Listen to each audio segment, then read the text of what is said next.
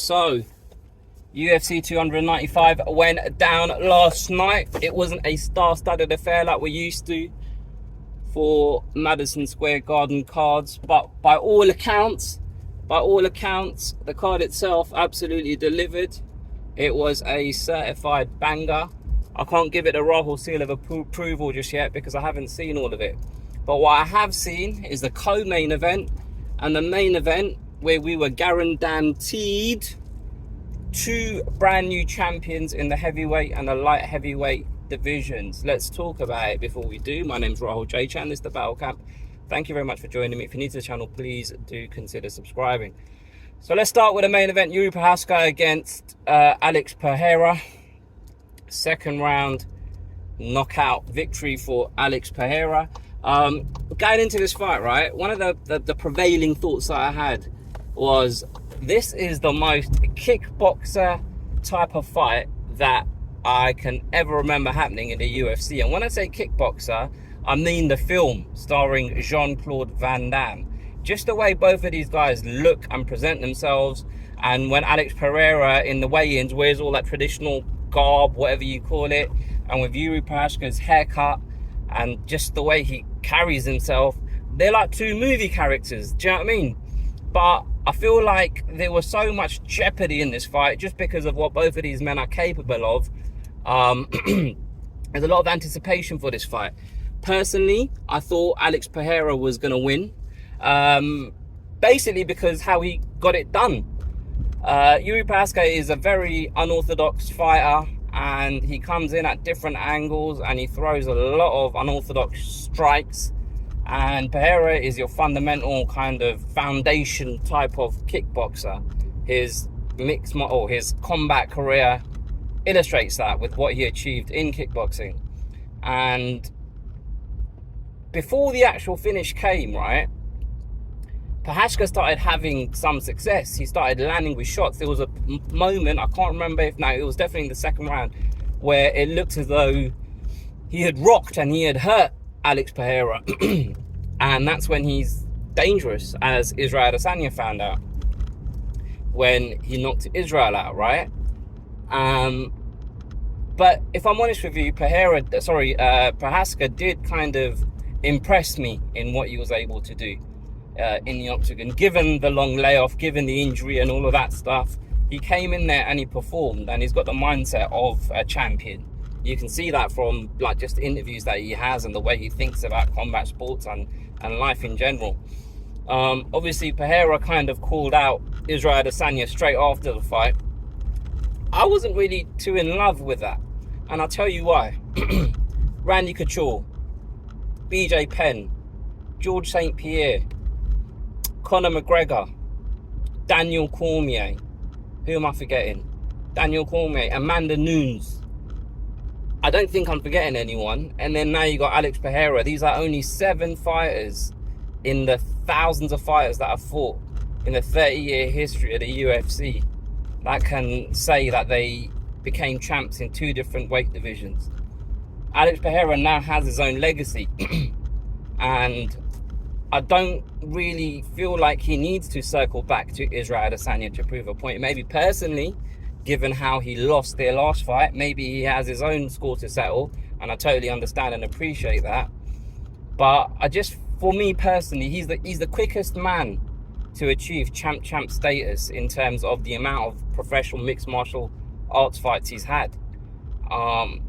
He's a legit mixed martial artist. A year ago, people were questioning his ability in this kind of forum. Do you know what I mean? As a mixed martial artist. And I don't know, I just felt to myself, I thought, listen man, you've become the champion in middleweight, and now you're the champion in light heavyweight. Focus on your next challenger. Focus on Jamahal Hill. You know, like I didn't really see the value in him calling out Israel Adesanya, apart from obviously his own personal ego and pride because of how he lost to Israel Adesanya in the last fight. Fair play to him, man. He's a top fighter, and he's, like I said before, he's answered all the questions that were posed of him. Now, Tom Aspinall becomes a new interim heavyweight champion of the world. I was very, very concerned about Tom Aspinall going into this fight, given the late call-up, given the lack of a training camp, given the dangers that fucking have I forgotten his name? I can't even check on Google. Fucking how embarrassing. Given the dangers that the Russian causes. Why would you want to listen to this when I can't even remember the name of the guy that fought last night? Shit. This is what happens when you stay awake till 6 in the morning watching fights. And now it's 11:40 a.m. A lack of sleep deprivation. That's what I blame on this. I've lost my train of thought now. But anyway, the point I'm trying to make is I was very concerned, deeply concerned, given the dangers that Tom Aspinall is due to face in the octagon going into the fight, given his lack of training camp. I just thought that this might be a bad career decision. Because if he loses, he almost drops down a few pegs, and he's done so well to get to where he's at on the cusp of a title shot. And in the opening minute or so of that first round, when he got caught with those strikes, I thought, oh shit, this is gonna be difficult. I thought he would kind of go into his shell a little bit and throw out leg kicks on the outside, be scared to take him down, because in my head I thought he's gonna need to take him down to secure a victory. And I thought he'd kind of go into defensive mode, and that's where his, I'm so embarrassed, Sergei, is it Sergei? I keep wanting to say Palachenko, but that's an ex-Tottenham player. Pavlovich? I don't know, I can't remember now. I'm embarrassed, but I'm going to carry on talking. But yeah, I thought Tom Aspinall might go into kind of like a defensive kind of posture, and that's exactly where his opponent, Sergei, he flourishes in those kind of circumstances. But it shocked me the way that Tom Aspinall he put his foot on it. He started to be more aggressive and started attacking more. And the thing that I was concerned about was the hand speed of Sergei. And the thing that I forgot about was the hand speed of Tom Aspinall and the accuracy of Tom Aspinall. And just how a high level of a striker Tom Aspinall is. And before you could think about it, it was done. It was over. He knocks him out. He's the new interim heavyweight champion. And the paradox of the heavyweight division right now, you got the heavyweight champion, John Jones. You got the interim heavyweight champion, Tom Aspinall.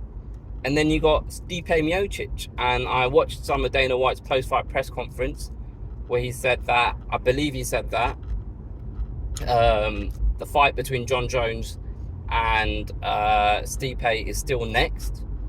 Apparently Tom Aspinall's got a load of money now, so he can sit and chill.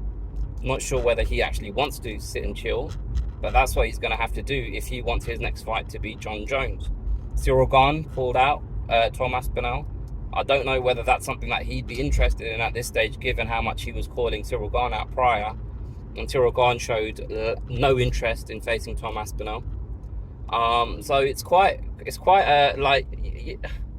there's a dark cloud hanging over being called the interim champion when you know the actual champion, who's injured and we don't know how long he's out for, is not actually going to be fighting you next, right? So what is the value in being the interim champion? Do you get what I'm trying to say? Like, what are you really? What we do know, what he is one of the best heavyweight mixed martial artists on this planet at this very moment. And the fight I think most MMA fans are actually interested in watching is John Jones against Tom Aspinall. And that's that. Like, I don't think there's anyone out there that would rather see Stipe fight John Jones, given what Tom Aspinall did last night.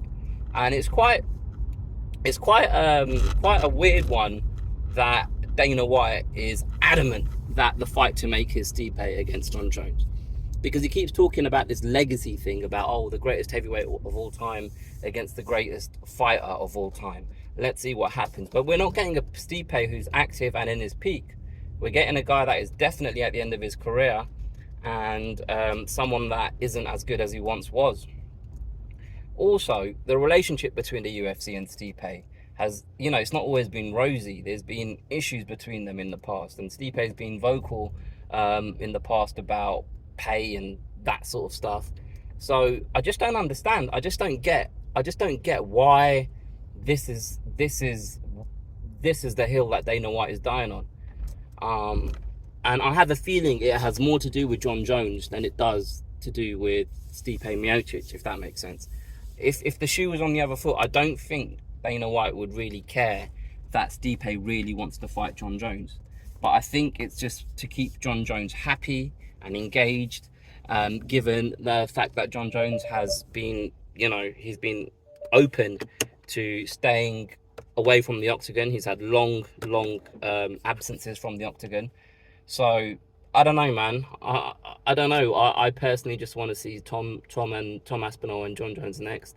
And you know what I'm going to do? I'm going to pause this video for 1 second so I can see Sergey's surname.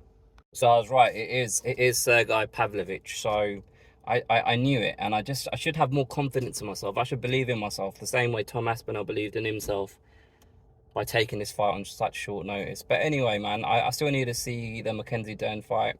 I still need to see the French dude, Benoit. I don't know his name now. Benoit Denis, who beat Frivola. But interesting times in the light heavyweight and the heavyweight division. Anyway, I'm in the Tesco car park now. I've got to go and do some shopping.